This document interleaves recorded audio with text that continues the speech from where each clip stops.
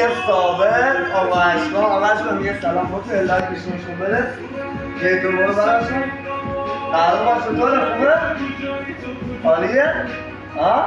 بهشون بگو خوبا قرار کافربست عالیه یه دو برو براشون برو کلفه ما یک کلفه بریم اینجا آقا اشکانه تمام بله آقا اشکان لایک نشون بدید لایک نشون بدید لایک نشون بدید براشون آقا اشکان ما یه خورده خجالتیه بده قدش بده